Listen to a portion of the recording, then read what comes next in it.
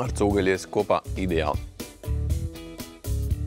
Nu ko, draugi, grilēšanas sezona turpinās, un Lidlam ir viss vajadzīgais, kas mums ir nepieciešams, lai pagatavotu šodienas recepti, un tā šoreiz būs cūgaļa ar klasisku argentīnas čimičuri mērci. Pirmā lieta, ko mēs šodien darīsim, uzreiz liksim cepties mūsu gaļu, un šodien esmu izvēlējies cūgaļu šašliku Kaukāzes gaumē.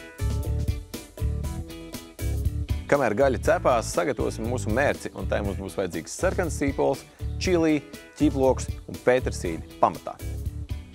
Atlicis pievienot mūsu mērcei garšas, sāksim mēs ar cukuru, pēc tam pievienosim etiķi, oregano un olīveļu. Paskatīsimies, kas notiek ar mūsu gaļu.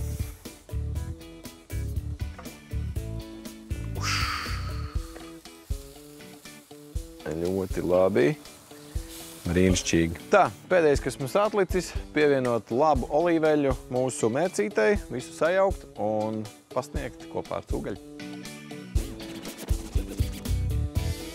Mūsu gaļiņai jāuzliek mūsu mērci brīnišķīgā.